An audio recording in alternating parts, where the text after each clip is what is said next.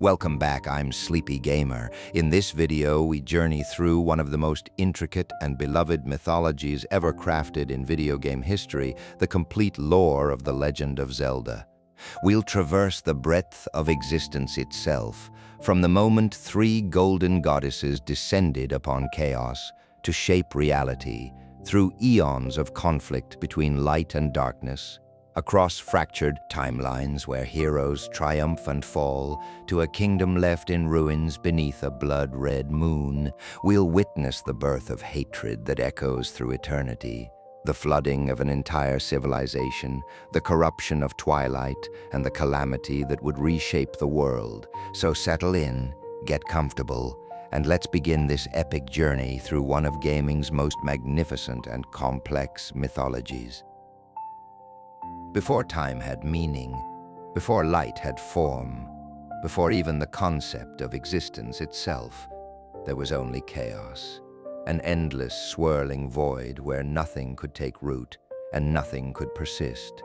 Into this primordial emptiness descended three beings of unimaginable power, three golden goddesses whose very presence would transform nothingness into everything we know. Din, the goddess of power, came first with her strong, flaming arms, her divine strength carved substance from the void, her mighty will shaping raw matter into form. She cultivated the land itself, raising mountains that would pierce the clouds, carving valleys that would cradle rivers, spreading plains that would one day know the footsteps of countless beings. With each sweep of her burning arms, Din created the red earth, the foundation upon which all else would be built. The volcanic peaks that dot the landscapes of Hyrule, the scorching deserts that stretch toward endless horizons, the very bones of the world itself, all of these bear the fingerprints of her creative fury. Nayru, the goddess of wisdom, followed her sister's work with something more subtle but equally essential. Where Din had created form, Nayru poured her wisdom onto the earth and gave the spirit of law to the world. She established the natural order, the rise and fall of seasons, the movement of celestial bodies across the sky, the fundamental forces that would govern how all things interact, the laws of physics, the principles of magic, the very concept of cause and effect. These were Nayru's gifts to creation. Without her wisdom, the world would have been chaos in a different form, matter without meaning, existence without order. And then came Furore, the goddess of courage, who looked upon her sister's work and saw that something vital was missing. With the richness of her soul, Furore breathed life into the world. From her essence came all living things, from the smallest insects that crawl beneath fallen leaves to the mightiest creatures that stride across the land. She created the races that would call this world home, beings capable of thought and feeling, of love and loss, of courage and cowardice. Every heartbeat that has ever quickened with fear or joy, every breath drawn in wonder or despair, traces its origin to Furore's boundless creative spirit. With their work complete, the three golden goddesses prepare to return to the heavens from whence they came. But they did not leave their creation without a gift, without a link between the divine and the mortal. At the exact point where they had descended upon the chaos, they left behind the Triforce,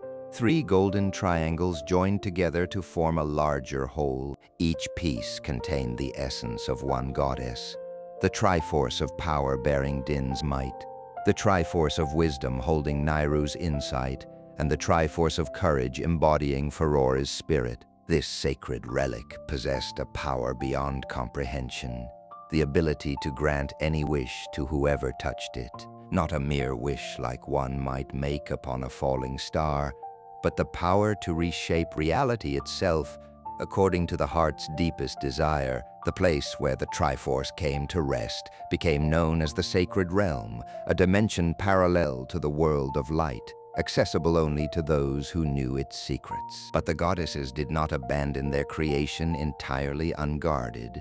Before departing, they entrusted a fourth divine being with the protection of both the world and the Triforce. Her name was Hylia, and unlike her more distant creators, she would walk among the mortals, a guardian goddess who would give everything to protect that which she loved. Hylia's purpose was clear: ensure that the Triforce remained safe from those who would misuse its power and watch over the beings that Furore had created. For an age beyond counting, this arrangement held.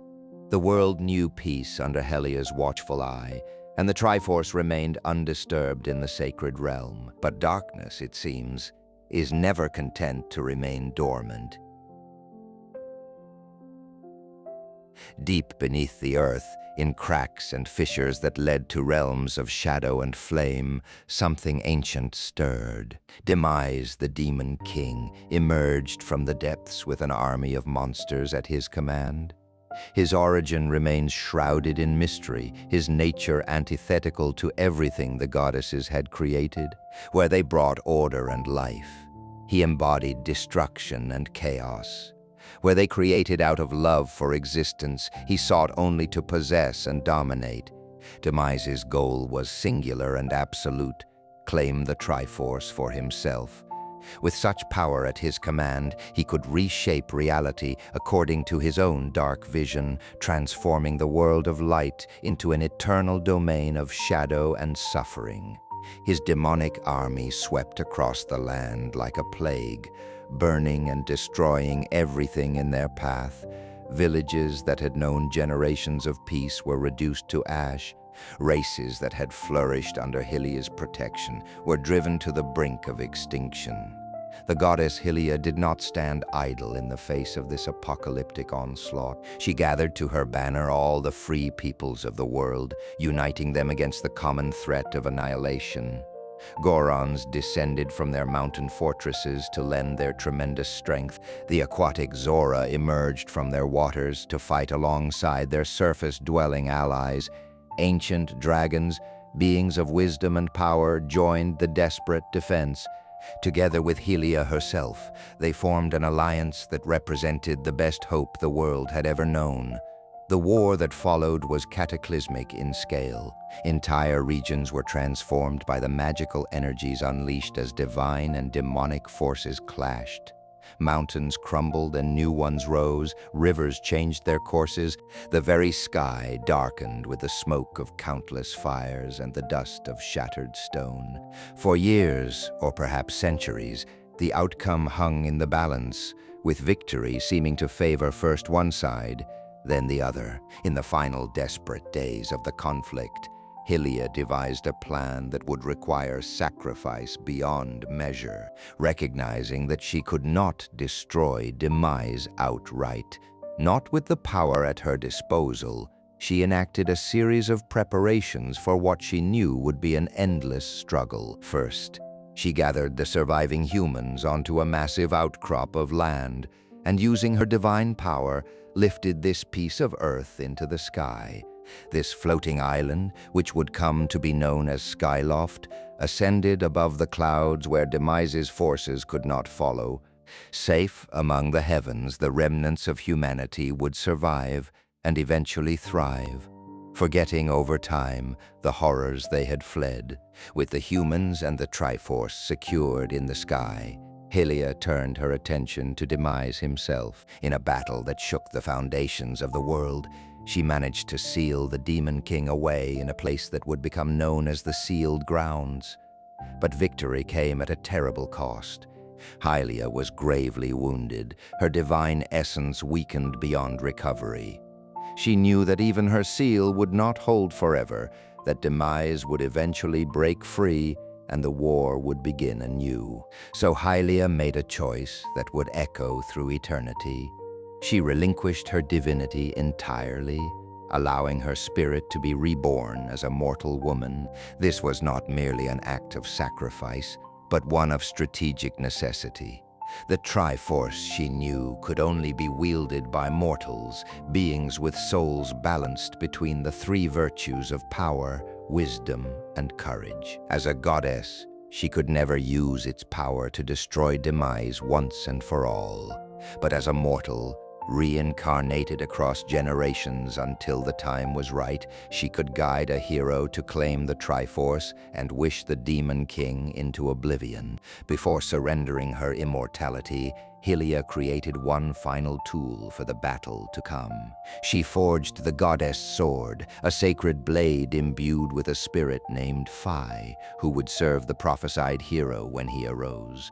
This sword would be the key to unlocking the path to the Triforce, and in time it would evolve into something even greater. Thus ended the first age of the world, with demise sealed but not destroyed, with humanity safe but ignorant of the ground below, with a goddess reborn as a mortal, and with a sword waiting for a hero who had not yet been born. The stage was set for the events of Skyward Sword, the true beginning of the legend of Zelda. Thousands of years passed in the floating realm of Skyloft, a period so long that the surface world below became nothing more than myth and legend. The people who lived among the clouds developed a unique culture, riding great birds called loftwings, and building a civilization that had no memory of the horrors that had driven their ancestors into the sky. They worshipped the goddess Hylia, or at least the memory of her, though they no longer understood the truth of her sacrifice. Skyloft itself was a marvel of divine engineering, a chunk of earth that had been lifted wholesale into the heavens and sustained there by powers beyond mortal comprehension. The island floated above a barrier of impenetrable clouds, a sea of white that the inhabitants had come to accept as the edge of their world. Below those clouds, they were taught, lay nothing but endless sky, a fall that would never end. This belief served its purpose admirably, keeping the people of Skyloft safe from the dangers below, while also ensuring they would not accidentally stumble upon the surface world before the time was right. The bond between the people of Skyloft and their loftwings was one of the defining features of their culture.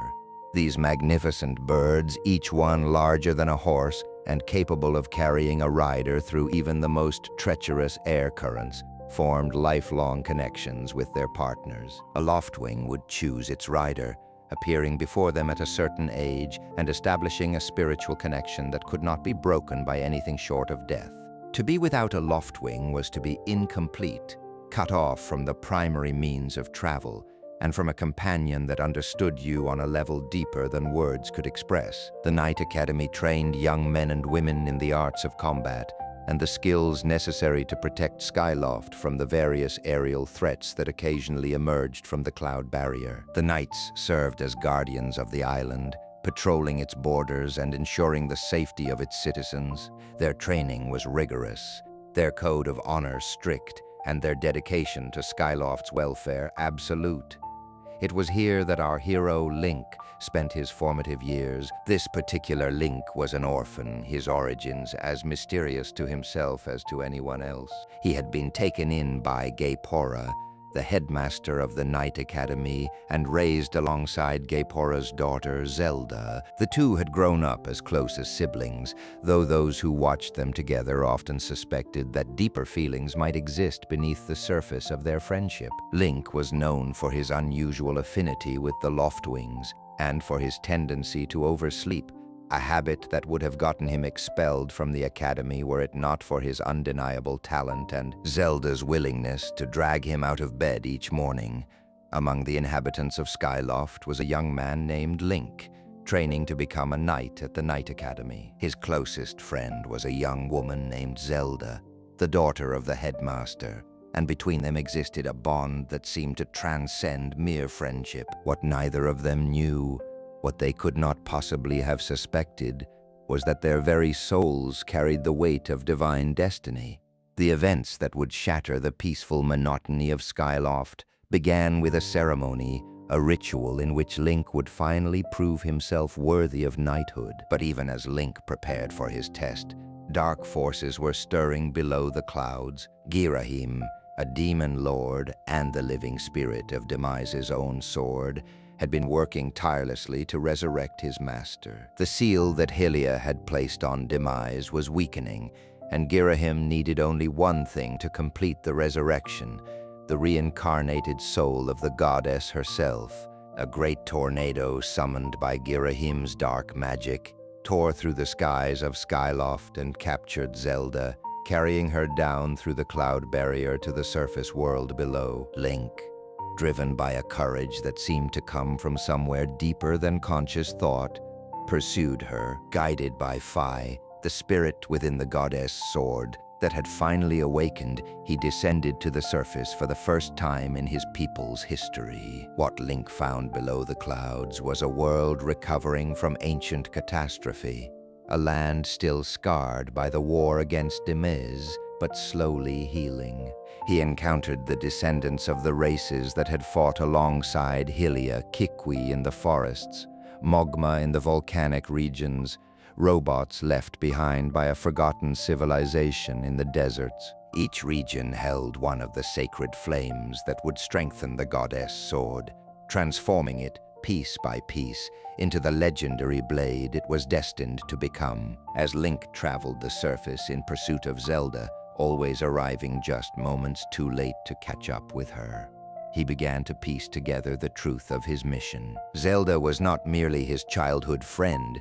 She was the mortal reincarnation of the goddess Hylia herself. Her capture by the tornado had not been random chance, but part of a chain of events set in motion millennia ago. And Link, the young man from Skyloft who had never thought of himself as special, was the hero that Hylia had prophesied, the one destined to wield the Triforce and destroy Demise once and for all. The trials Link faced were designed not merely as obstacles, but as tests, challenges that would forge his spirit into something worthy of the task ahead. Each sacred flame that strengthened the goddess sword also strengthened Link himself, burning away doubt and fear, replacing them with the unshakable courage that the Triforce of Courage would recognize. By the time the sword had been fully transformed into the Master Sword, the blade of evil's bane, Link was no longer the nervous young knight from Skyloft. He had become something more, something his predecessor heroes would be proud to call their spiritual ancestor. But even as Link grew in power and purpose, Girahim was closing in on his own goal. The Demon Lord captured Zelda just as she was about to strengthen the seal on Demise, dragging her through a portal into the distant past. There, before the original seal had even been placed, Girahim used Zelda's divine soul to resurrect Demise at the height of his power. Link followed without hesitation, arriving in that ancient time to face the fully awakened Demon King. The battle that ensued was the culmination of everything Link had experienced, every trial he had overcome, every moment of growth and sacrifice. Demise, a towering figure of darkness with hair like living flame, met Link in a realm of the demon's own creation, a space of endless water reflecting an endless sky. There, in single combat, Link defeated Demise. The Master Sword, infused with the power of the Triforce, struck true. But even as the Demon King fell, even as his physical form began to dissolve, he spoke words that would prove to be the most consequential in the entire history of Hyrule. Though this is not the end. My hate never perishes. It is born anew in a cycle with no end. I will rise again. Those like you, those who share the blood of the goddess and the spirit of the hero, they are eternally bound to this curse. An incarnation of my hatred shall ever follow your kind, dooming them to wander a blood-soaked sea of darkness for all time. With these words, Demise placed a curse upon the lineages of Link and Zelda, a curse that would manifest throughout countless generations as a cycle of conflict that could never truly end. The demon's hatred would be reborn again and again, taking on new forms, new names, but always driven by the same malevolent will. This curse explains why there are so many Links and Zeldas across the series, why there is always a great evil for them to face. It is not coincidence or narrative convention, but the direct result of Demise's dying act of spite. Link sealed what remained of Demise's essence within the Master Sword, then returned the blade to a pedestal in what would become the Temple of Time. There it would wait, guarding the path to the sacred realm, until another hero would need to draw it forth. Impa, Zelda's faithful protector who had guided them throughout their journey, remained behind in the past, to watch over the sword and ensure the seal held. She would live for thousands of years, aging but never dying, a living link between the age of Hylia and the kingdom that would eventually arise. Link and Zelda returned to their own time, to a surface world that was now safe for habitation. The cloud barrier that had protected Skyloft was no longer necessary, and gradually the people of the sky would descend to reclaim the land below. Zelda, fully awakened to her divine heritage, chose to remain on the surface to watch over the Triforce, and with that decision, the foundations were laid for a kingdom that would endure for ages to come, the Kingdom of Hyrule. The centuries that followed the defeat of Demise saw the gradual transformation of the surface world from a wild, recovering landscape into a proper civilization. The descendants of Skyloft's inhabitants spread across the land, establishing settlements, building roads, creating the infrastructure of a kingdom. At the center of it all was the royal family, the bloodline of Zelda, which came to rule over what would be known as the Kingdom of Hyrule. The location of the Triforce remained a closely guarded secret, known only to the royal family and a select few trusted individuals. The sacred realm where it rested became surrounded by protective barriers and sacred traditions. The Temple of Time was constructed as both a monument to the divine origins of Hyrule and a first line of defense against any who would seek to claim the Triforce for themselves. But secrets of such magnitude cannot remain hidden forever. Word of the Triforce's power spread through Hyrule like whispered fire, reaching the ears of those whose hearts held darkness rather than light. Some sought the Triforce out of greed, dreaming of unlimited wealth and power. Others sought it out of ambition, imagining themselves as rulers of not just Hyrule but the entire world. And some, perhaps worst of all, sought it out of a misguided belief that they could use its power for good, never understanding that the Triforce does not judge between noble and ignoble desires. A great conflict erupted across Hyrule. A civil war fought between factions, each seeking to claim the Triforce for themselves. This period, known as the Hyrulean Civil War or simply the Era of Chaos, saw unprecedented bloodshed as armies clashed across the kingdom.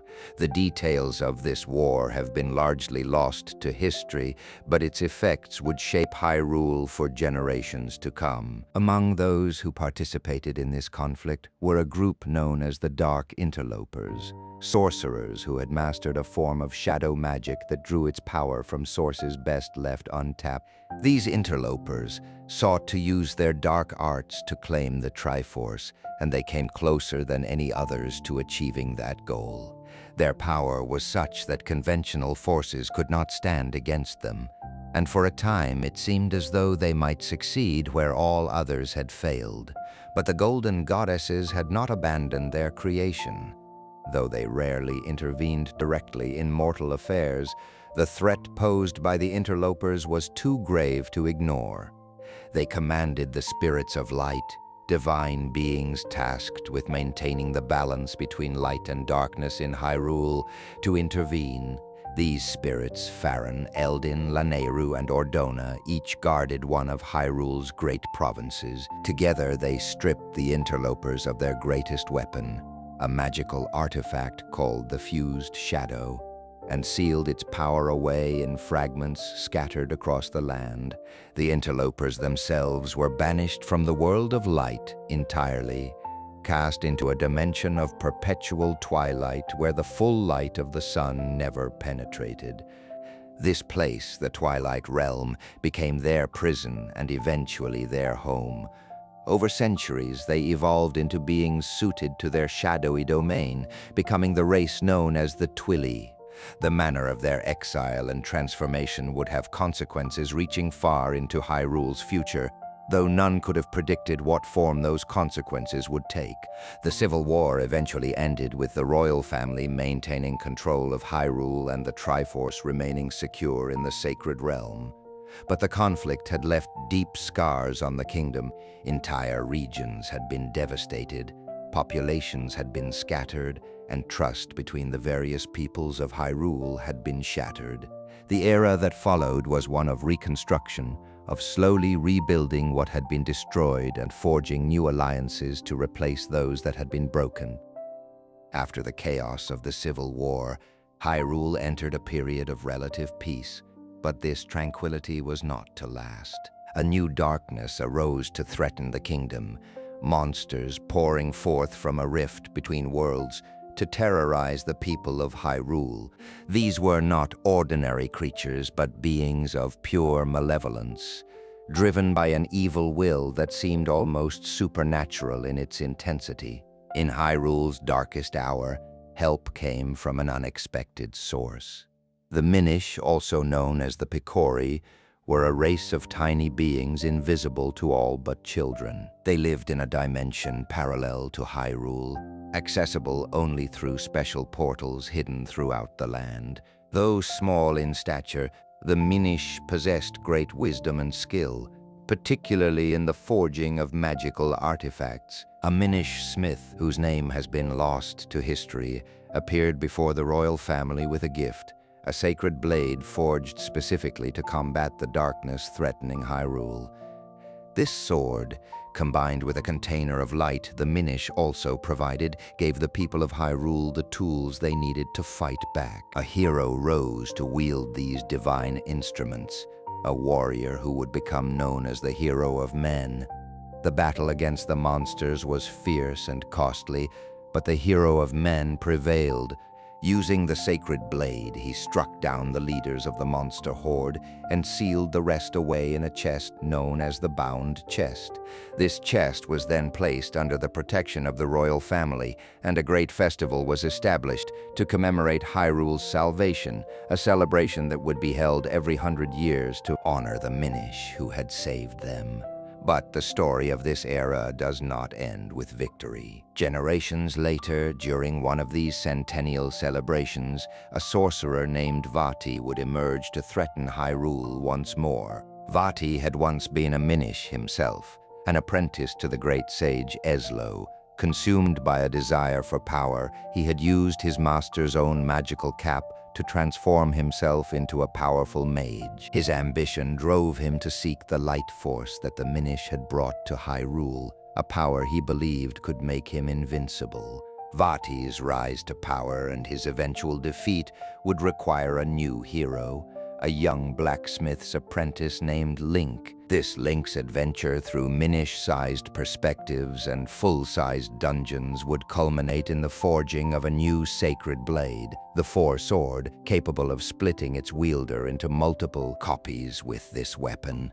Link defeated Vati and sealed him within the blade itself. The Four Sword would become a crucial artifact in Hyrule's continuing struggle against darkness, its power called upon whenever threats proved too great for a single hero to face. But the blade's creation also set in motion events that would unfold across multiple generations, as Vati would repeatedly escape his prison, and Link would repeatedly need to reseal him. After ages of smaller conflicts and regional threats, Hyrule eventually consolidated into a truly unified kingdom under a strong monarchy.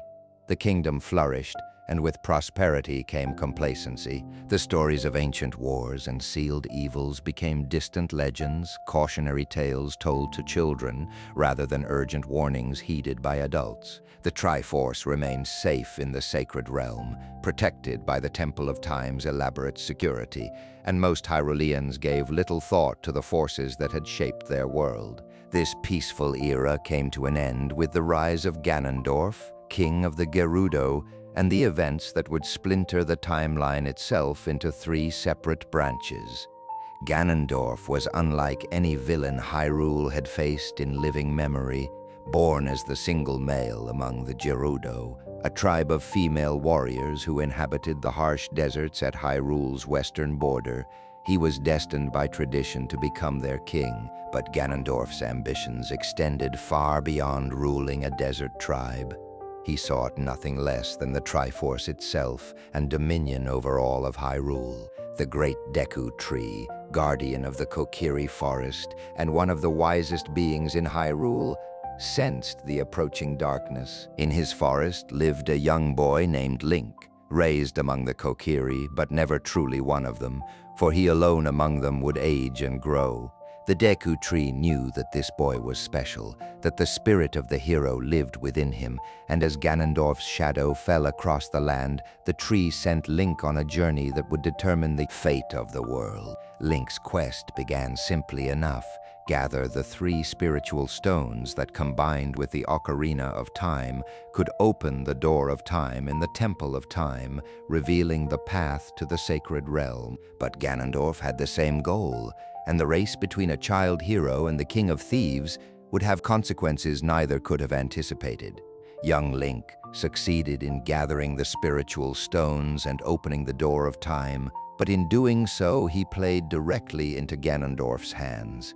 The moment Link drew the Master Sword from its pedestal, he triggered a seal that recognized him as too young to be the hero of time. His spirit was placed in stasis for 7 years, while his body grew to adulthood within the sacred realm. But in that moment, when the door stood open and the hero slept, Ganondorf followed Link into the sacred realm and laid his hands upon the Triforce. What happened next changed everything, because Ganondorf's heart was not balanced between power, wisdom, and courage, but weighted heavily toward power alone. The Triforce did not grant his wish. Instead, it split apart. The Triforce of power, recognizing a kindred spirit, remained with Ganondorf, granting him tremendous dark abilities. The Triforce of wisdom fled to Princess Zelda, who had gone into hiding to escape Ganondorf's agents, and the Triforce of courage settled within Link himself, waiting for him to awaken. 7 years of darkness followed. Ganondorf used his new power to seize control of Hyrule, transforming it into a nightmare kingdom where monsters roamed freely and the people lived in constant fear. The sacred realm itself was corrupted by his evil heart, transformed from a golden paradise into the dark world, a twisted mirror of Hyrule, where the true nature of those who entered was reflected in their physical forms. When Link finally awakened as an adult, he found a world almost unrecognizable from the one he had known. Hyrule Castle Town, once a thriving center of commerce and culture, lay in ruins, its streets patrolled by undead horrors. Death Mountain, home of the Gorons, had become a volcanic hellscape. Lake Hylia had been nearly drained. Only pockets of resistance remained. Small communities holding out against Ganondorf's tyranny. Link's mission was clear: awaken the 7 sages, beings of immense power who could seal Ganondorf away and gather the strength needed to challenge the King of Evil directly. Each sage had been corrupted or imprisoned by Ganondorf's forces, and freeing them required Link to brave temples that had become fortresses of darkness.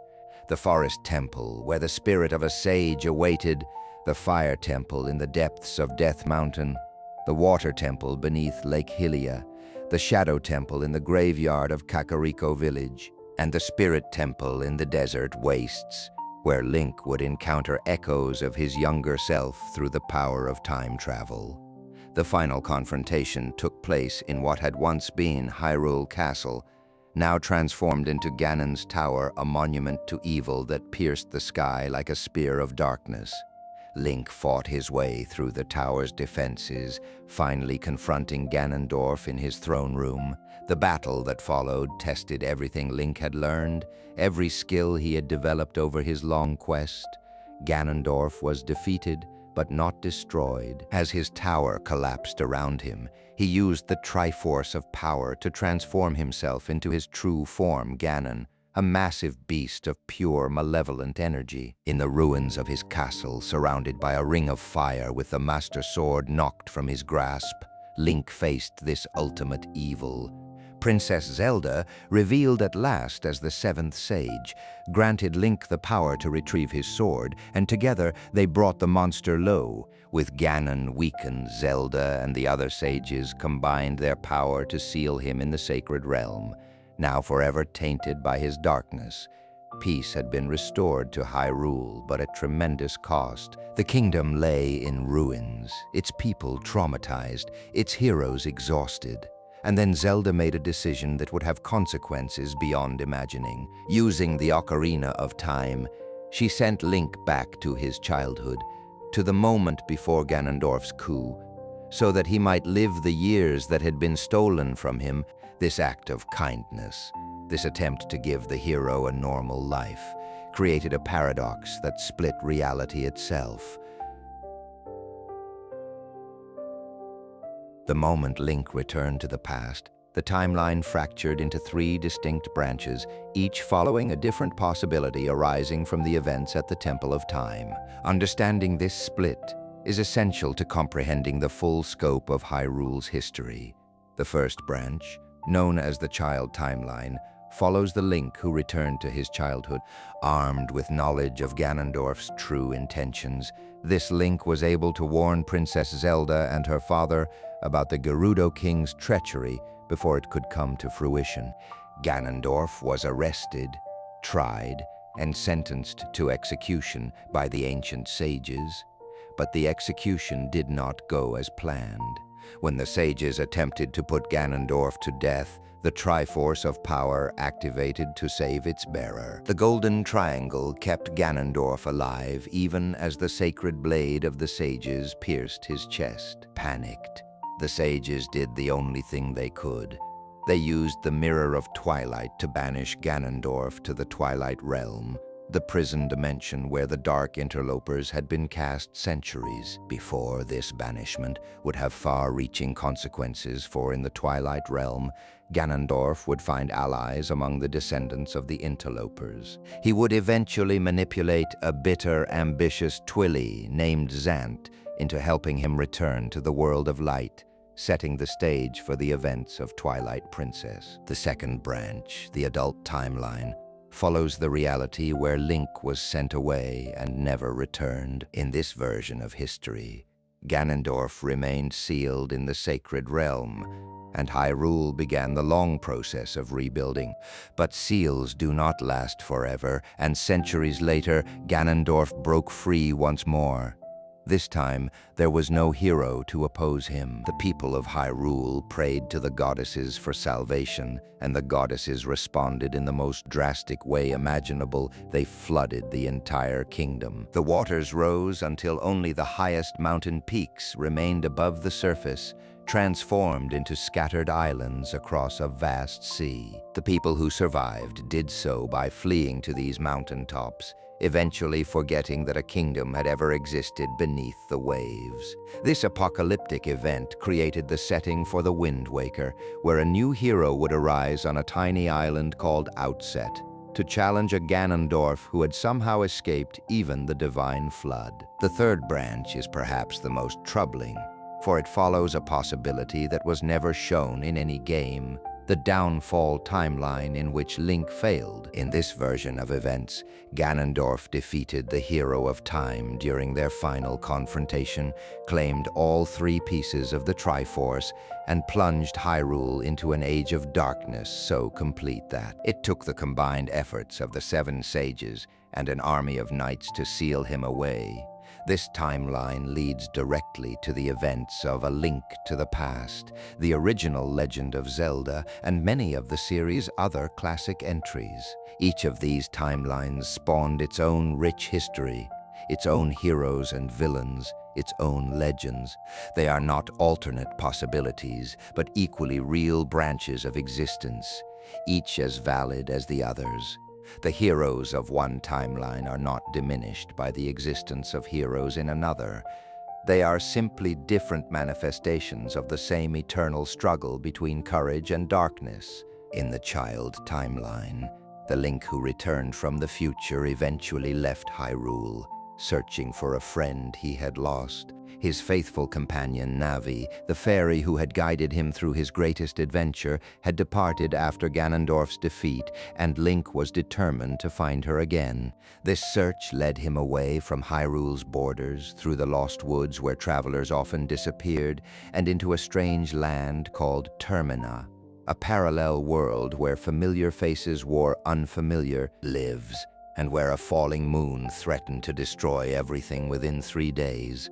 The events of Majora's Mask represent one of the strangest and most psychologically complex stories in the Zelda series. The villain was not Ganondorf or any of his incarnations, but an ancient evil sealed within a mask, a relic of a tribe that had used it for hexing rituals before its power grew too terrible to control.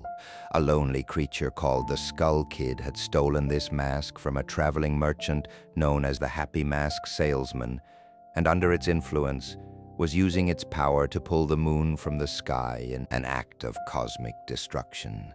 The Skull Kid was not inherently evil. He was simply lonely, abandoned by the 4 giants who had once been his friends when they departed to become Termina's guardian deities. His grief had made him vulnerable to Majora's influence, and the mask exploited that vulnerability with ruthless efficiency.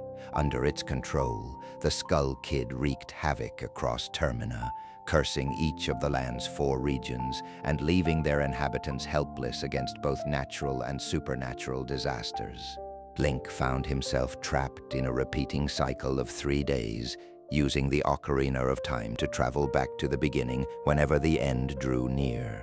This gave him the opportunity to experience the final days of Termina from countless perspectives, to witness the hopes and fears and regrets of its inhabitants as doom approached. The Clocktown merchant who refused to evacuate because his business meant everything to him, the ranch girl who would never see the wedding she had planned, the elderly woman who waited for her son to return, not knowing he had been transformed into a monster.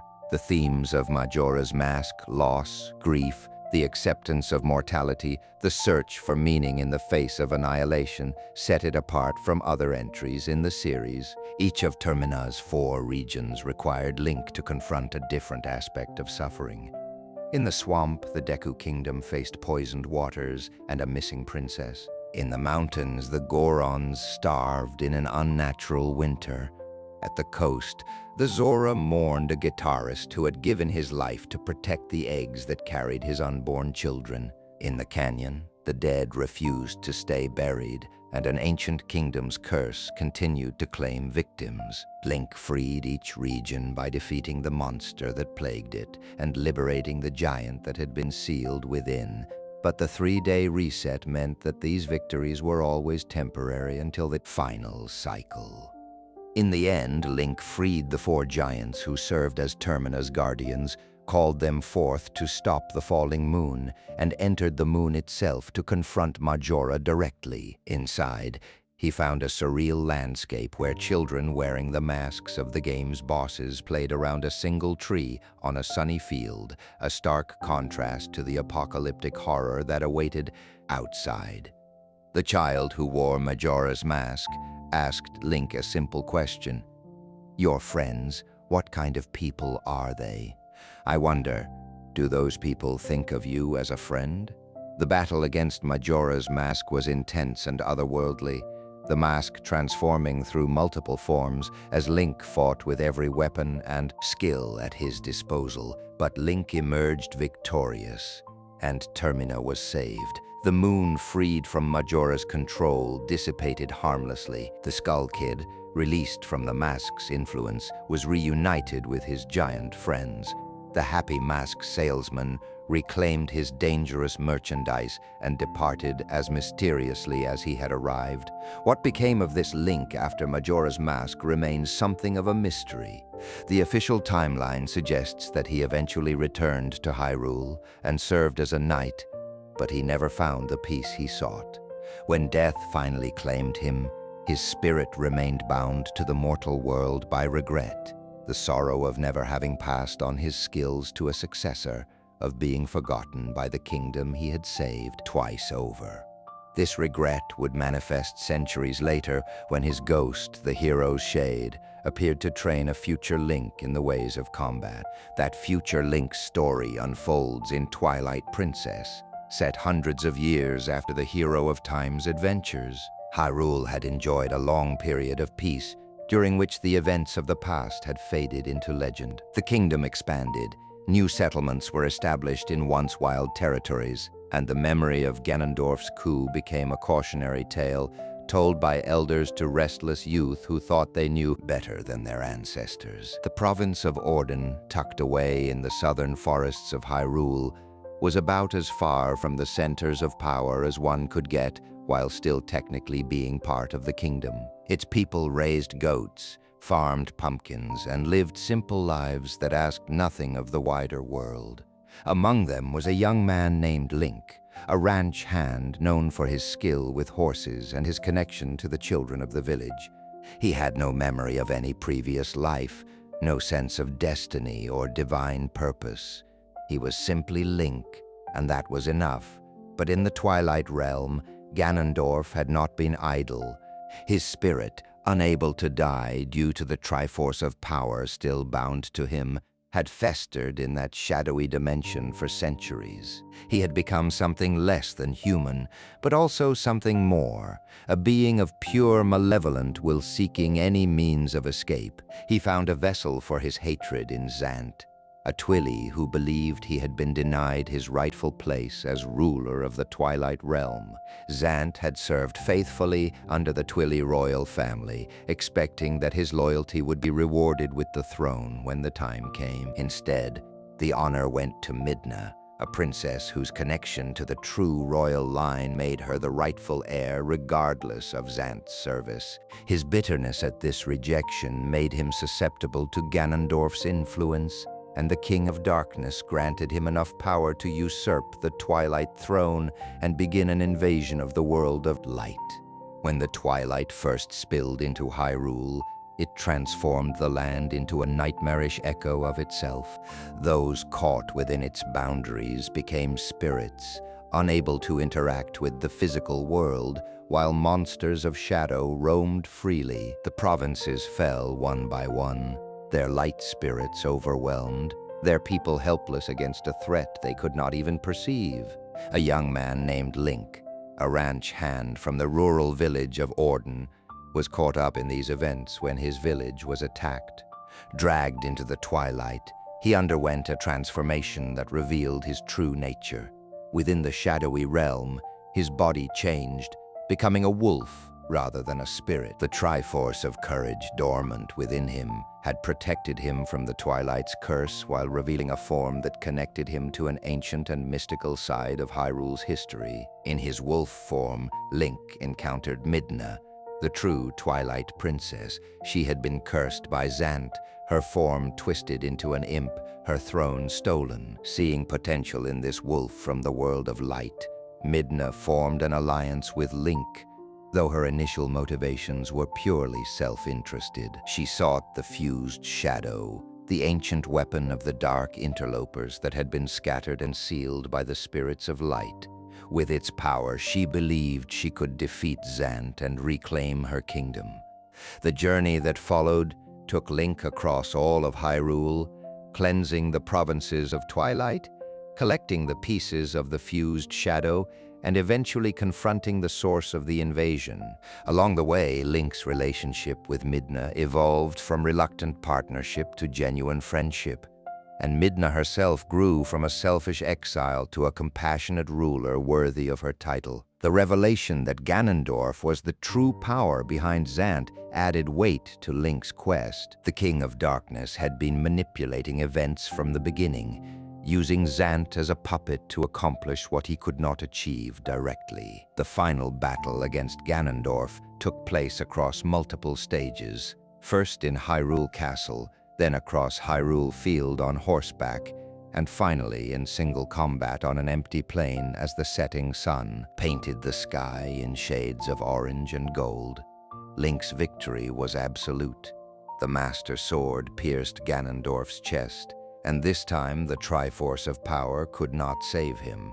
As the King of Darkness died standing, his last vision was of Zant, his failed puppet, appearing before him and snapping his own neck, a symbolic severing of the connection between them.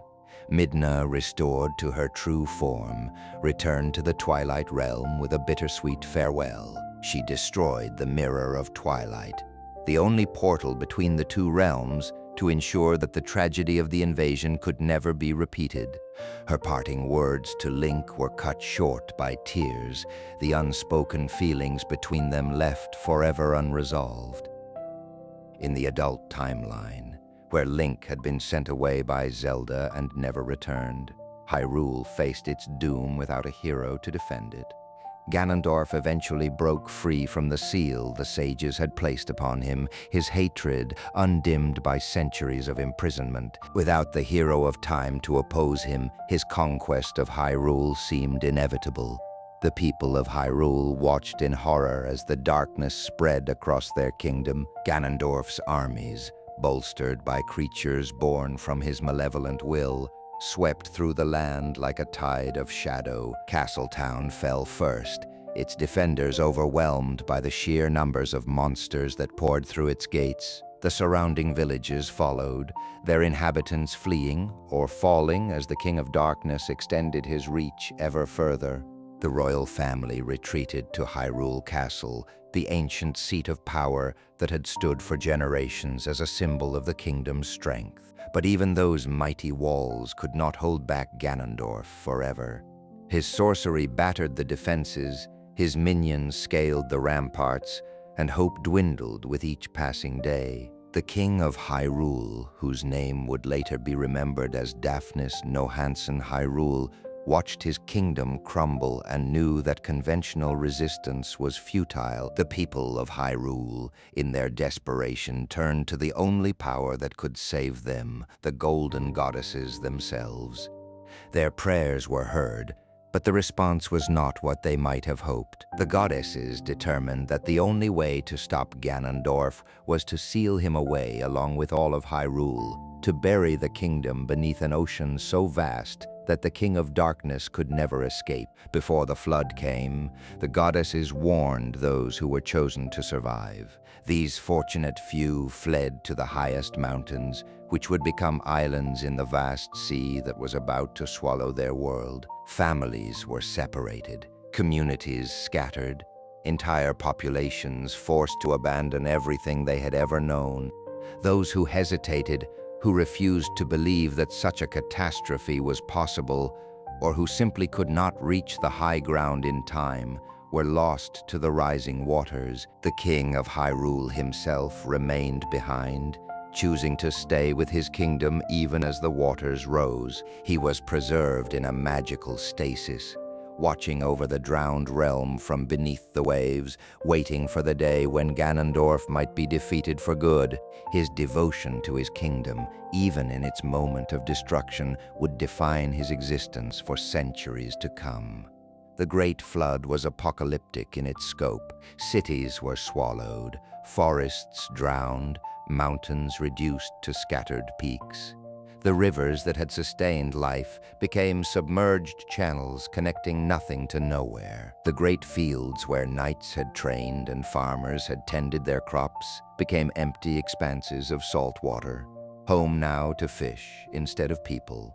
Hyrule Castle and everything around it was placed in a bubble of frozen time, preserved at the moment of the deluge as a museum piece of a lost civilization. Above, the survivors built new lives on their island homes, and as generations passed, they forgot that a kingdom had ever existed beneath the sea. The transformation of Hyrule's races was as remarkable as the flood itself.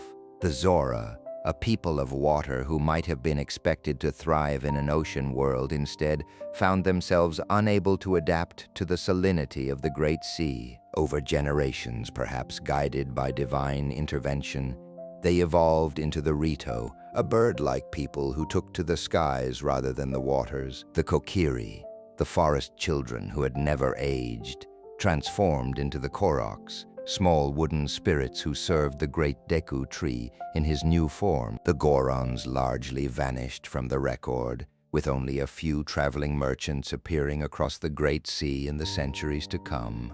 The Gerudo Ganondorf's people seemed to disappear entirely, their fate unknown and perhaps unknowable. Whatever happened to them during the flood and its aftermath remained one of the many mysteries of the Great Sea. Centuries later, on a small island called Outset, a young boy named Link was celebrating his birthday by donning the green clothes of a hero from an old legend.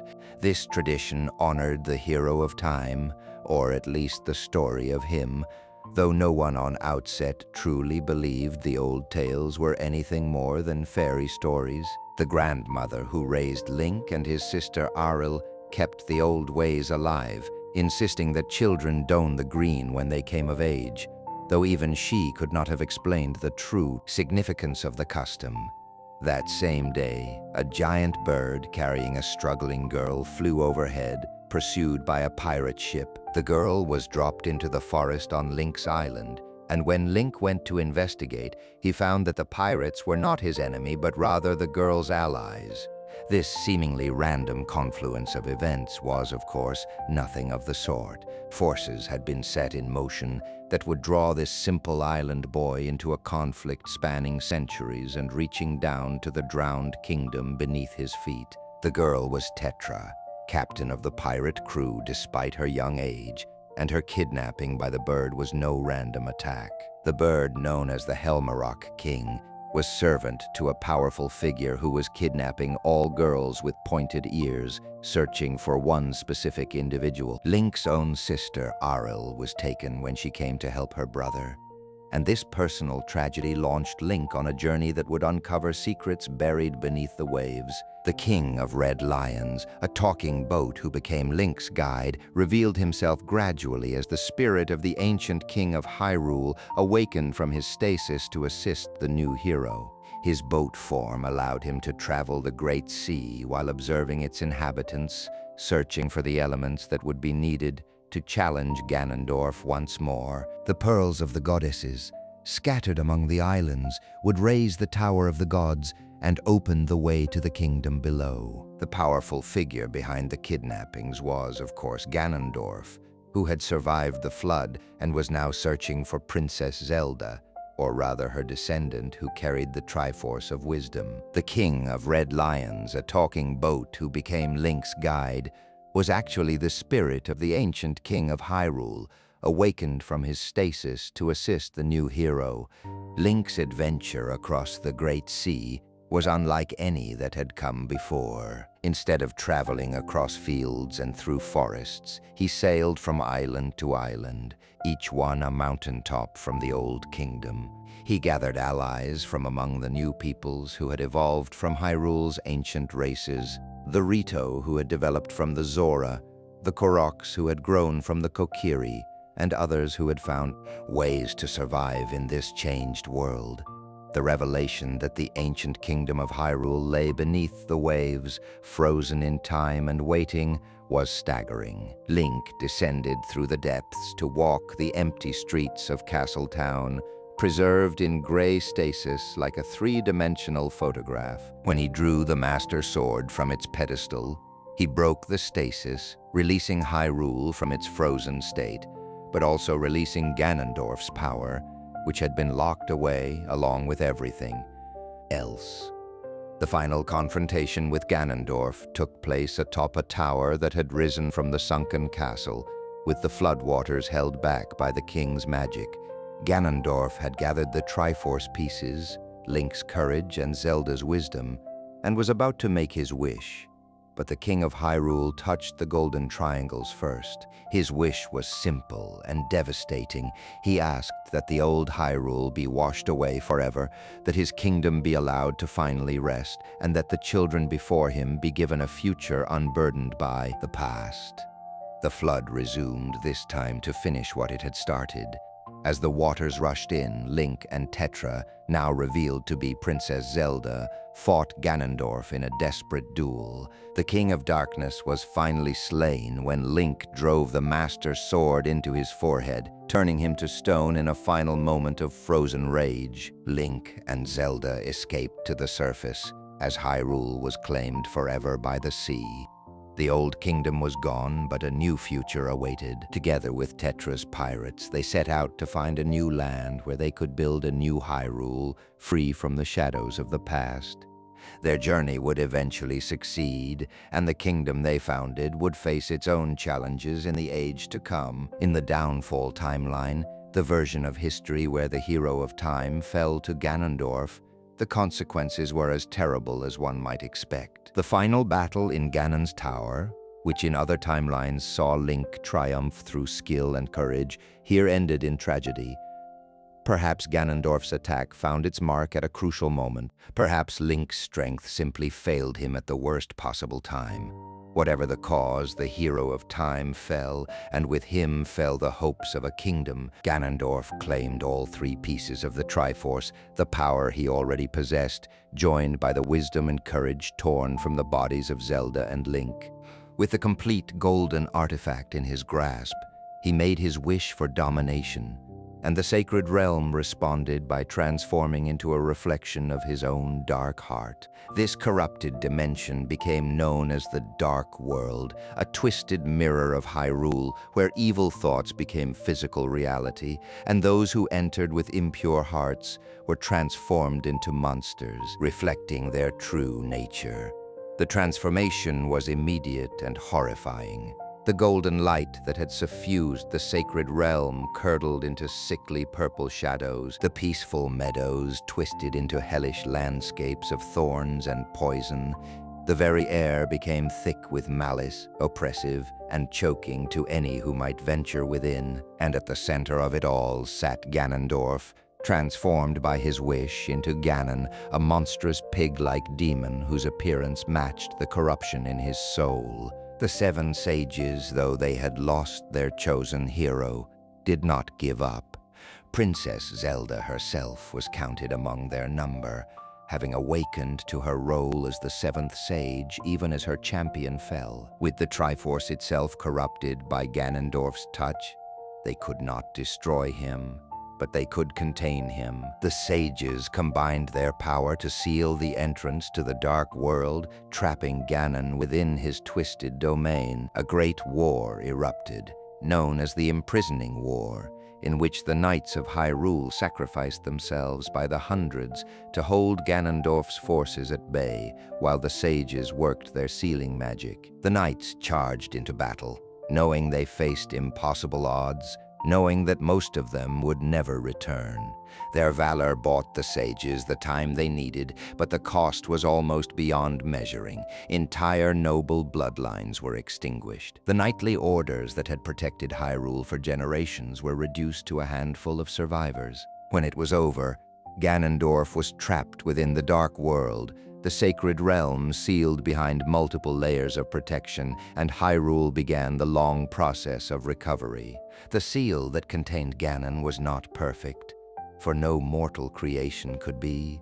Small amounts of his influence seeped through the barrier, tainting the land around the entrance to the Dark World. This corrupted area would later be known as the Dark World's Shadow, a region where monsters were more common and where the veil between worlds was dangerously thin. Wise kings forbade their subjects from venturing there, but there were always those who did not heed such warnings. Centuries passed. The Imprisoning War became legend, then myth, then a story so old that few believed it had ever really happened. The seal on the Dark World weakened incrementally over time, and Ganon, now a being of pure malevolence whose original human form was barely a memory, worked tirelessly to find a way back to the world of light. He eventually succeeded in projecting his will into Hyrule, possessing a wizard named Aghanim who wormed his way into the royal court and manipulated the king. Aghanim was a mystery from the moment he arrived in Hyrule, None knew where he came from or who had trained him in the magical arts he displayed. What they knew was that he possessed powers that seemed miraculous, the ability to end plagues, to bring rain to parched fields, to solve problems that had vexed the kingdom's scholars for years. The king, grateful for this stranger's assistance, elevated him to a position of trust and influence. But Aghanim's true purpose was far darker than anyone suspected. He was not a separate being at all, but an extension of Ganon's will, a puppet dancing on strings that stretched across dimensional boundaries. Every kindness he showed, every problem he solved, was merely a means to gain the access he needed. And once he had the king's complete trust, he struck. Aghanim's plot centered on the descendants of the Seven Sages, young women who had inherited their ancestors' power without knowing its true nature. By sending these maidens into the dark world as sacrifices, he could break the seal on Ganon's prison from within. One by one, the maidens disappeared, dragged through dimensional rifts to feed Ganon's growing power.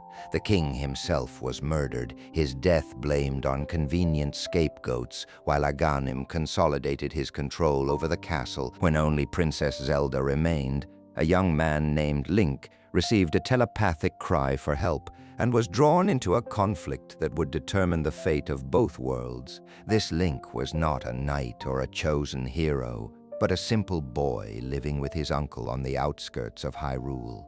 He had no special training, no legendary destiny that he knew of. But when Zelda's voice reached him through the darkness of a stormy night, he did not hesitate to answer. The events of A Link to the Past took Link from Hyrule's light world into the dark reflection of the sacred realm and back again. He collected 3 magical pendants that proved his worth to wield the Master Sword, then descended into the dark world itself to rescue the maidens Aghanim had sent there. Each maiden, freed from her crystal prison, added her power to Link's cause, until finally he had gathered enough strength to challenge Ganon directly. The final battle took place in the heart of the Dark World, in Ganon's pyramid stronghold. The demon was far more powerful than any foe Link had faced before, his attacks devastating and his defenses seemingly impenetrable. But Link had come prepared. The silver arrows, blessed weapons that could harm what ordinary steel could not, found their mark, and Ganon fell at last. His victory did not merely defeat the King of Darkness. The Triforce, once touched by a worthy heart, could grant a wish that would undo Ganon's influence. Link stood before the golden triangles and made his wish, that all the evil Ganon had done be undone, that those who had suffered because of him be healed, that peace return to Hyrule. The dark world transformed back into the sacred realm, cleansed of corruption. The dead were restored to life. The kingdom that had been slowly dying under Aghanim's influence began to heal. But this was not the end of Ganon's story in this timeline. Evil of his magnitude does not simply cease to exist because it has been defeated. The curse of demise ensured that hatred would always find a way to return, and return it did, again and again. He would return again and again, resurrected by followers, reborn through ancient rituals, his hatred finding new vessels through which to threaten Hyrule. The Witch Sisters Twinrova, in the events of Oracle of Seasons and Oracle of Ages, came close to reviving him fully. Only Link's intervention prevented them from completing their dark ritual, though a mindless, incomplete version of Ganon still emerged and had to be defeated. Even later in this timeline, the original legend of Zelda unfolds, set in an era when Hyrule had fragmented and the old kingdom was barely a memory. Ganon had risen again, stolen the Triforce of power, and plunged the land into darkness.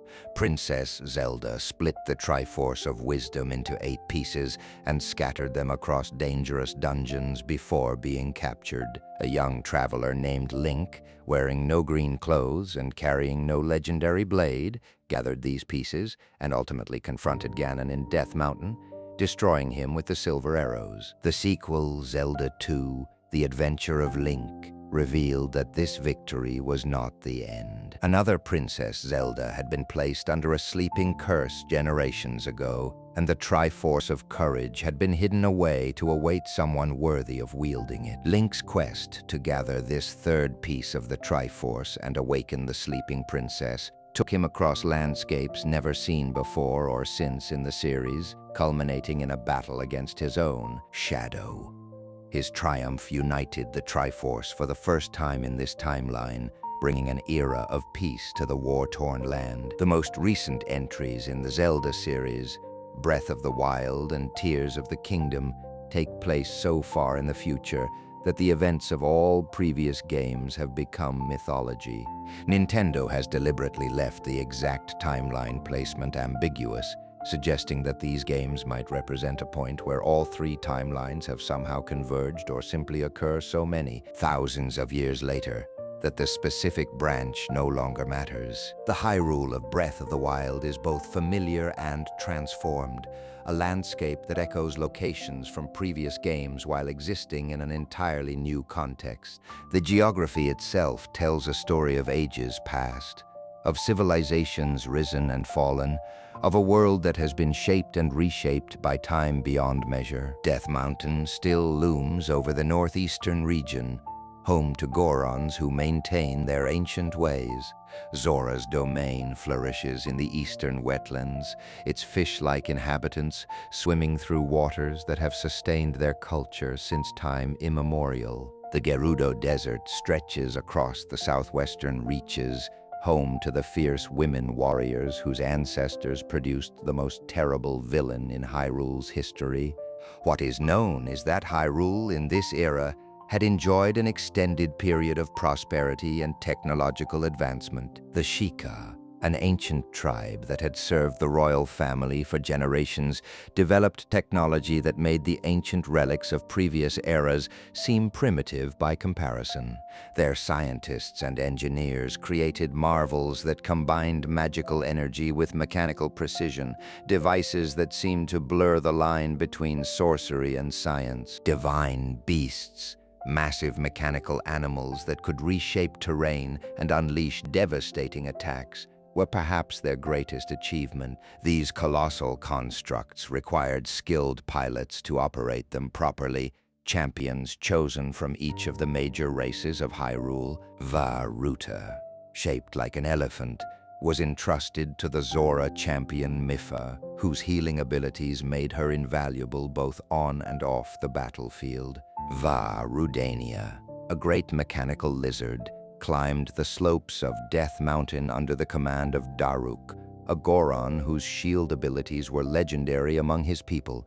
Vah-Medoh, a vast mechanical bird, soared through the skies piloted by Rivali, a Rito archer whose pride was matched only by his skill. And Vah-Naboris, a camel that walked the deserts on impossibly long legs, was guided by Urbosa, the Gerudo chief whose lightning powers could devastate entire armies. Guardians, autonomous soldiers that could patrol and protect with lethal efficiency, served as the infantry of this technological defense system. These spider-like machines could traverse almost any terrain, and their concentrated energy beams could destroy targets at tremendous range. Shrines scattered across the landscape, each containing a spirit orb that could empower those who proved worthy, served as both testing grounds and repositories of ancient power. This technology was created in response to a recurring threat known as Calamity Ganon, 10,000 years before Breath of the Wild. This manifestation of Ganon's hatred had emerged to threaten Hyrule, and the combination of a hero, a princess with sealing power, and the Sheikah technology had defeated it. The kingdom had celebrated its victory, confident that the same strategy could be employed again when the calamity inevitably returned. The kingdom prepared for the inevitable return, but their preparations contained a fatal flaw. The royal family of that earlier era had grown suspicious of Sheikah power. After the immediate threat passed, they began to view the advanced technology not as protection, but as a potential threat. The Sheikah were exiled, forced to abandon their creations and scatter across the kingdom. Some accepted this fate with grace, hiding their heritage and living simple lives in villages like Kakariko.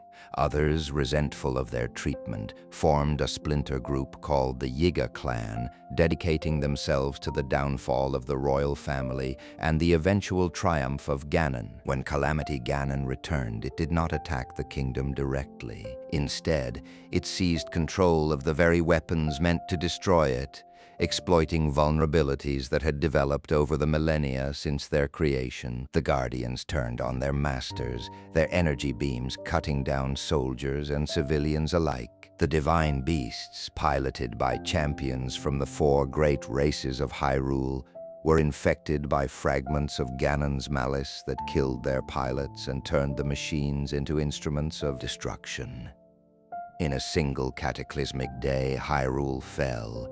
The Great Calamity, as it would come to be known, was a disaster beyond anything in living memory. Castle Town was obliterated, its inhabitants either killed in the initial attack or scattered to the winds. The castle itself became a prison for the malevolent force that had spawned the calamity, a twisted structure wrapped in malice and crawling with corruption. The champions died within their divine beasts, their spirits trapped alongside the machines they had once commanded. The Guardians, meant to be defenders, became roving executioners, their targeting systems locked on anything that moved. Link, the chosen knight who wielded the Master Sword, fought with everything he had.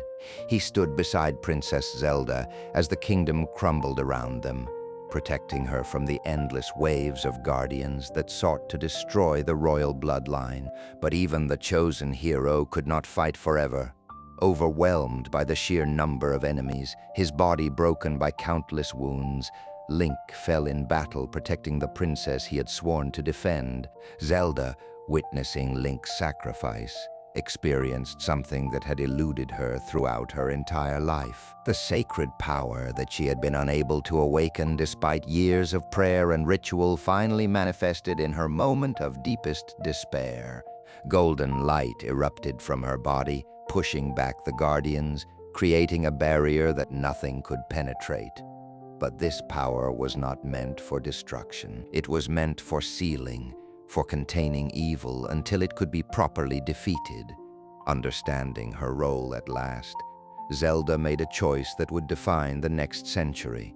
She ordered the Sheikah who found her to take Link's body to a resurrection chamber known as the Shrine of Resurrection. There, his wounds would heal over time, no matter how long it took. Then she walked alone to Hyrule Castle, to the heart of the calamity, and trapped herself along with the malevolent force that had destroyed her kingdom. For 100 years, she held the monster in check through sheer force of will, waiting for Link to return. A century later, Link awakened with no memory of who he was or what had happened.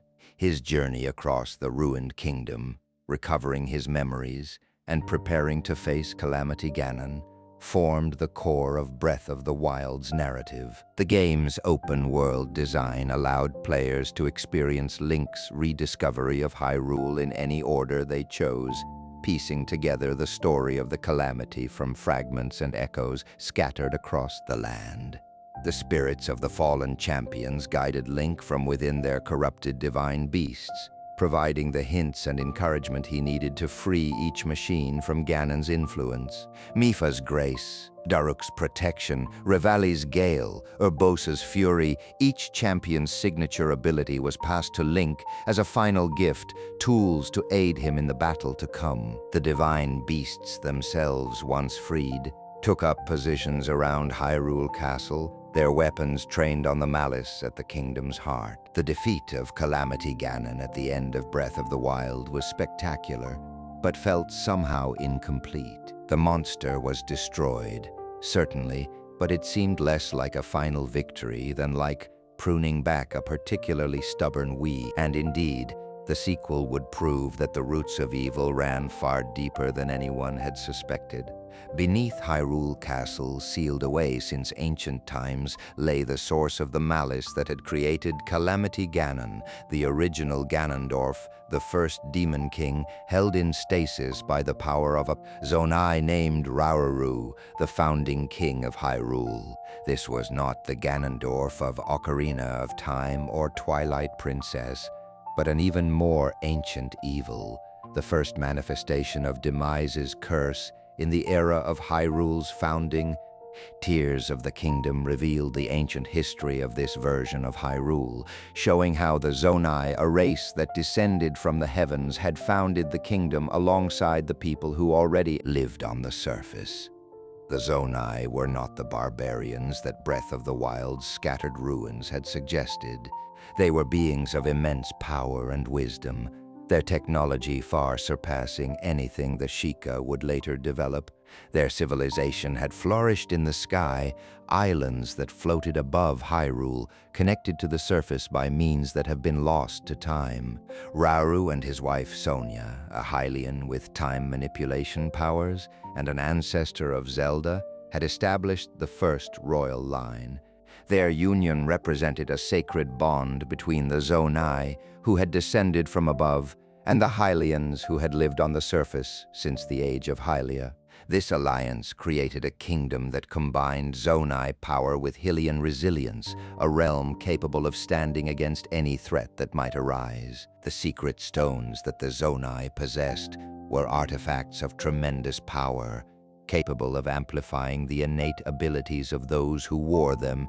Rauru's stone enhanced his control over light, allowing him to create barriers and seals of unprecedented strength. Sonia's stone amplified her temporal abilities, giving her insights into past and future that aided their rule.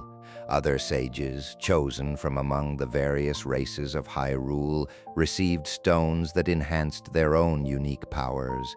But Ganondorf, king of the Gerudo, had betrayed their alliance, his heart consumed by the same malevolent will that had driven every incarnation of Demise's hatred. He came to the fledgling kingdom as a vassal, kneeling before Rauru and pledging his tribe's loyalty. But his true purpose was the same as it had always been: to claim power for himself, to dominate rather than to serve.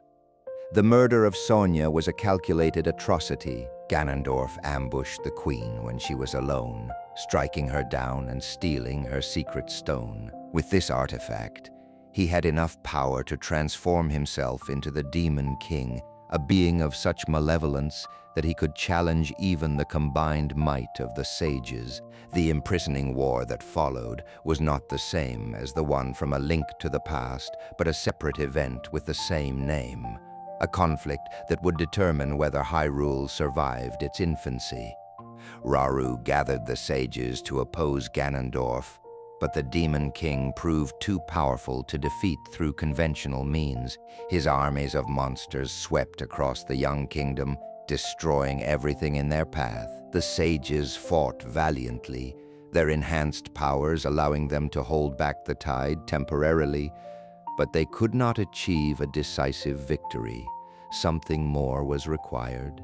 Rauru sacrificed himself to seal Ganondorf away, his divine light holding the Demon King in stasis for untold millennia. It was not a perfect seal, not a true victory, but it was enough to save the kingdom.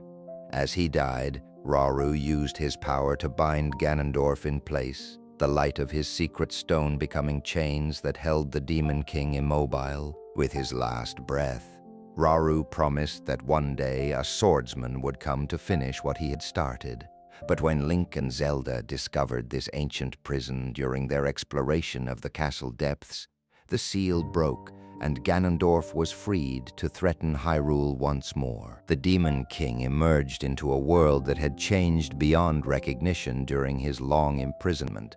But his purpose remained unchanged. He would claim Hyrule for himself, destroy the descendants of those who had imprisoned him, and reshape the world according to his dark vision. Zelda, falling through time as the seal broke, found herself in the distant past, witnessing the events of the original imprisoning war. Unable to return to her own time by any conventional means, she searched for another way to help Link in his coming battle.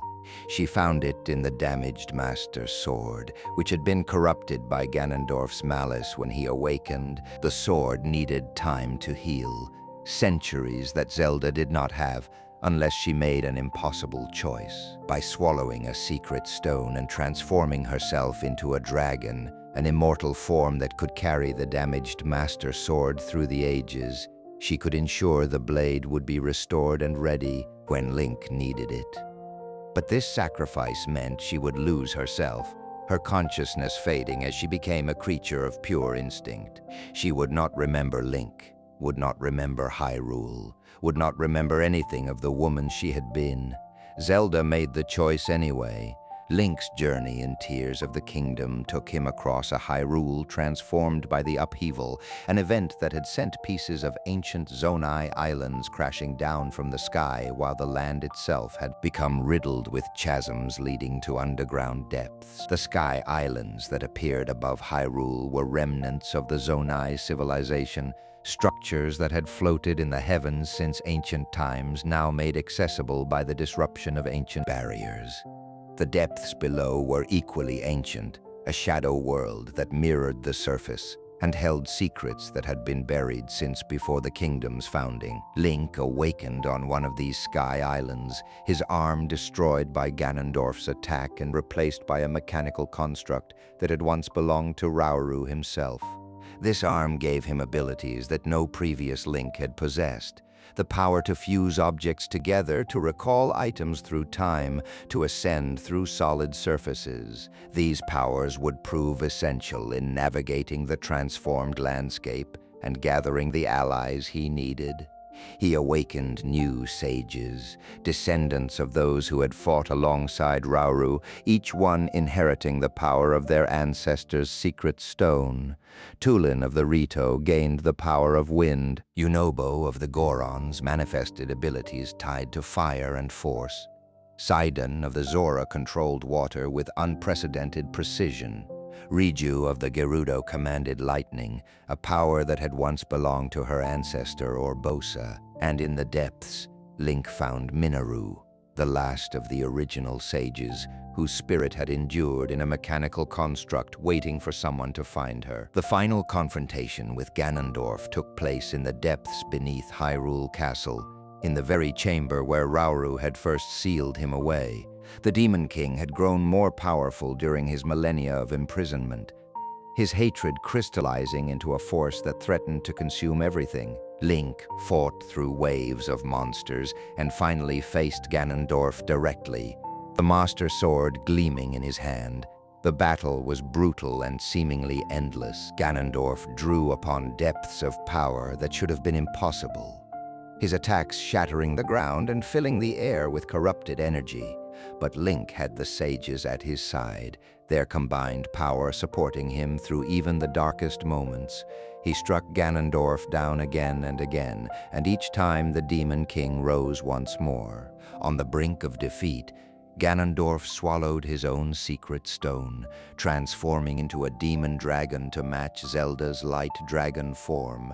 The battle moved from the depths to the sky, dragon against dragon in a conflict that shook the heavens. Link, riding on the back of the dragon that had once been his beloved friend, struck down the Demon King in a battle above the clouds, the Master Sword finding its mark in Ganondorf's corrupted form. The combined power of Rauru and Sonia, preserved somehow within Link's mechanical arm, was able to restore Zelda to human form, undoing her sacrifice and allowing her to return to the future she had saved.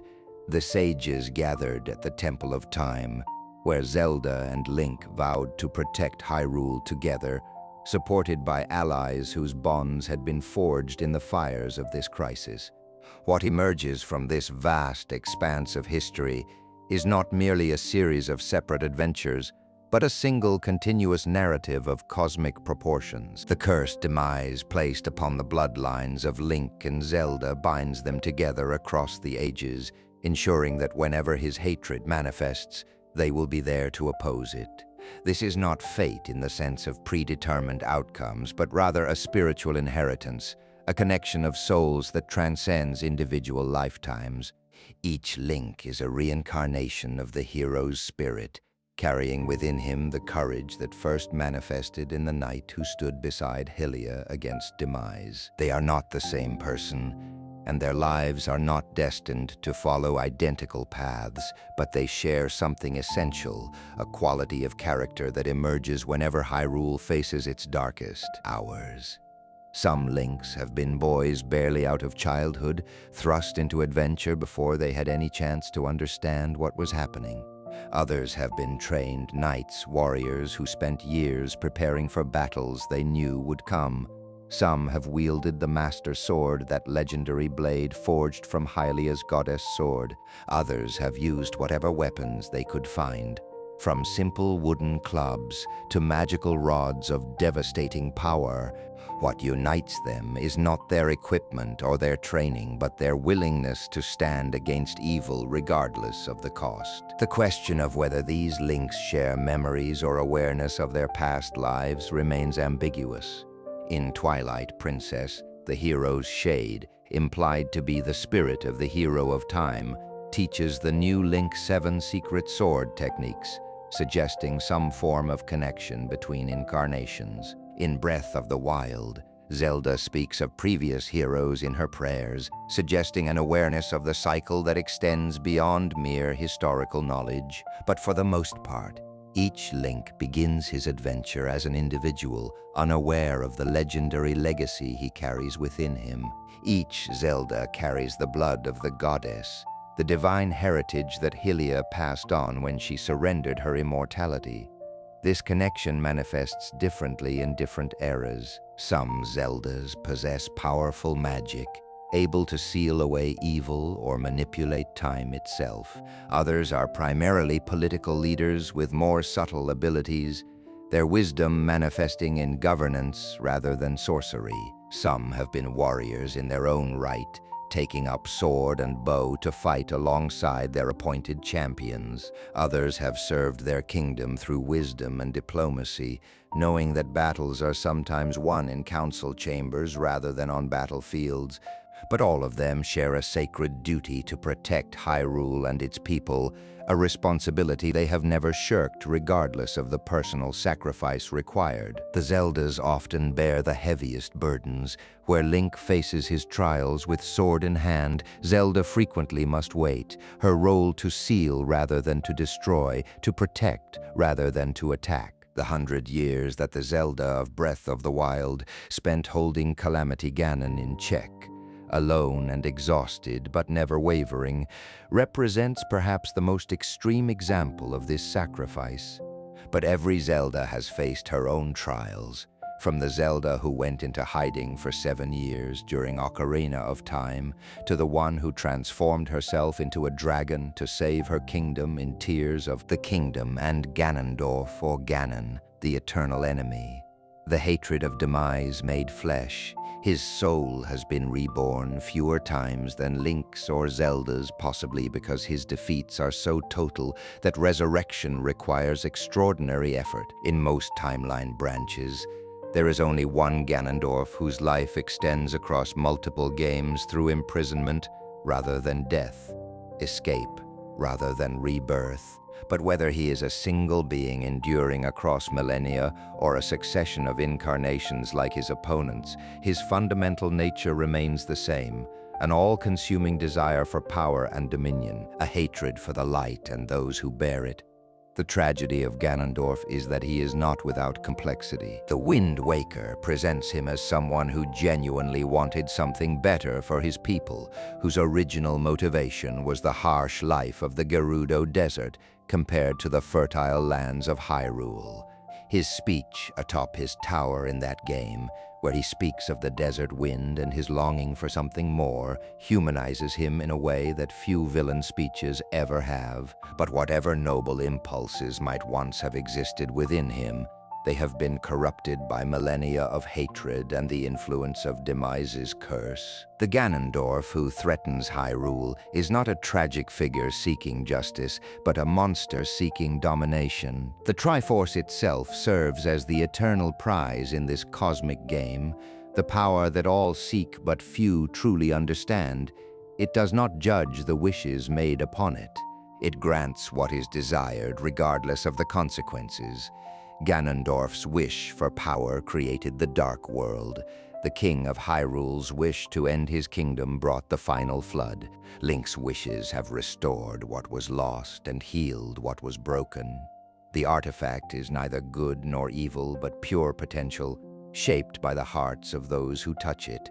This is why balance is so important in the lore of Zelda. The Triforce can only be used fully by someone who embodies all three of its aspects: power, wisdom, and courage in perfect equilibrium. Such individuals are exceedingly rare, and when the Triforce is touched by someone whose heart is unbalanced, it splits, seeking out others who better represent the aspects its current holder lacks.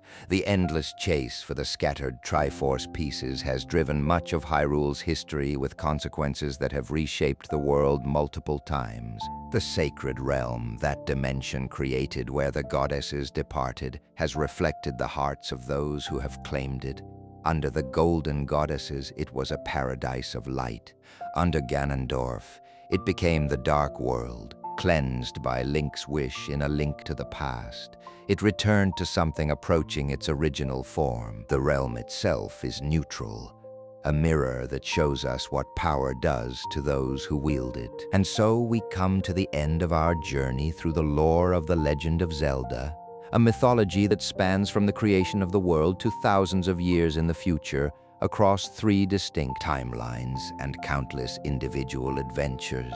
What began in 1986 as a simple story about a boy rescuing a princess has evolved into one of gaming's richest and most complex narrative universes, a web of interconnected stories that rewards careful attention and inspires endless speculation. The beauty of Zelda's lore lies not just in its scope, but in its consistency of theme. Every game, regardless of its timeline placement or the specific nature of its threat, tells fundamentally the same story: courage standing against despair, light pushing back against darkness, hope persevering in the face of seemingly impossible odds. The hero may not always win. In at least one timeline, we know he fell, but even then, others rose to continue the fight, and eventually evil was contained once more. This is the message at the heart of every Legend of Zelda game. Evil may be eternal, but so is the spirit that opposes it. Demise's curse was meant to bring endless suffering to the descendants of his enemies, but instead it ensured that whenever darkness arose, heroes would arise to meet it. The curse that was meant to be a punishment became instead a promise. No matter how dark things get, no matter how hopeless the situation seems, someone will come who has the courage to fight. The lands of Hyrule have been shaped and reshaped by the conflicts we have discussed tonight. Mountains have risen and fallen, seas have covered kingdoms and then receded. Races have evolved, cultures have risen and collapsed, and through it all, the essential nature of the struggle has remained unchanged. The Triforce still waits for those worthy enough to claim it. The Master Sword still sleeps in its pedestal, ready to awaken when evil threatens the land. And somewhere in every era, a young person with pointed ears and a green garment stands ready to answer the call. What makes the Zelda series unique among gaming mythologies is its willingness to embrace complexity while maintaining emotional clarity. The timeline may be convoluted. The connections between games may require careful study to understand, but the core of each story is always accessible. You do not need to know the entire history of Hyrule to feel the weight of Link's journey or the tragedy of Zelda's sacrifice. The lore enriches the experience for those who seek it out, but it never becomes a barrier to engagement. The relationship between Link and Zelda, that bond that transcends individual lifetimes, is perhaps the emotional anchor of the entire series. They are not always romantic partners in many games. They barely know each other when their adventure begins, but there is always a connection between them, a recognition that goes deeper than words. The spirit of the hero knows the blood of the goddess, and together they form a partnership that evil cannot break. Ganondorf, too, deserves recognition as one of gaming's greatest villains. He is not a mindless monster, but a being of tremendous intelligence and even at times a certain tragic dignity. His desire for power stems from legitimate grievances. The Gerudo were marginalized, their desert home harsh and unforgiving while Hyrule's fields flourished. That he chose conquest and domination rather than cooperation and diplomacy is a moral failure. But it is a failure that springs from comprehensible origins. In some games, particularly Twilight Princess and Wind Waker, we see glimpses of the man Ganondorf might have been if fate had been kinder. The supporting casts of each game deserve mention as well. The sages and champions who fight alongside Link, the rulers and elders who guide him, the ordinary citizens whose lives are touched by his quest, all of these contribute to the richness of Hyrule's world. Midna's journey from selfish exile to compassionate ruler is as compelling as any hero's arc. The King of Red Lion's sacrifice echoes that of countless monarchs who chose death over dishonor. Impa, in her many incarnations, embodies the concept of service to something greater than oneself. The races of Hyrule, too, form an essential part of its charm. The Gorons, with their boisterous camaraderie and love of rock-based cuisine, the Zora, with their grace and their complicated relationship with the waters they call home, the Rito, whose evolution from aquatic beings to avian ones remains one of the series' great mysteries.